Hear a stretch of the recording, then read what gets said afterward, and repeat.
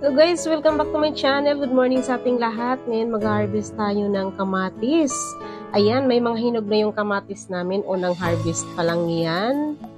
Ang daming bunga at saka yung hinog. Kukunti pa lang naman yung hinog.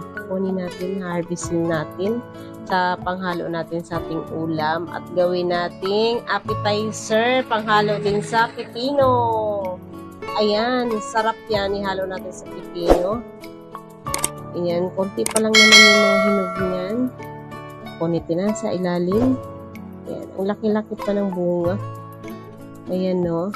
Sarap pag unang bunga na hina-harvest natin. Masarap natin gawin pang appetizer. Halo natin sa pipino. Ayan, meron pa dito sa ilalim. Kukunin natin yan. Ayan, hinog na siya. Sarap pang halo natin sa ulam din, paksiw. Ayan, kukunti lang naman siya. Dito pa sa kabila.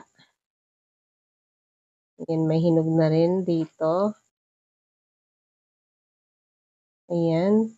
Bye-bye na guys. Ayan na yung nakuha namin. Thank you for watching.